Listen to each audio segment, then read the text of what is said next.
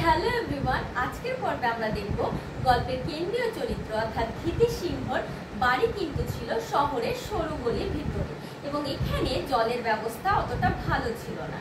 যেটুকু জল আসতো তার স্ত্রী অর্থাৎ লীলাবতী সমস্তটাই জল খরচ করে ফেলতেন। তার কারণ লীলাবতীর কাছে জল খরচ করাটা ছিল একটা শখের ব্যাপার। সেই কারণে ক্ষিতিশকে কিন্তু মাঝে মধ্যে স্নান করতে রাস্তার টিউবওয়েলে যেতে হতো। সেদিনও গেছিলেন, কিন্তু দুর্ভাগ্যবশত সেখানেও জল না থাকার কারণে বহু বছর পরে তাকে যেতে হয়েছিল গঙ্গা স্নানে।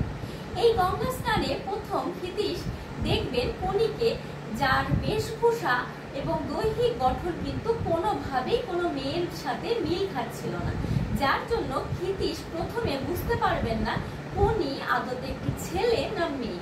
এইভাবে কিন্তু কণির সাথে একটা আবছা পরিচিতি ক্ষিতিশের গড়ে উঠবে।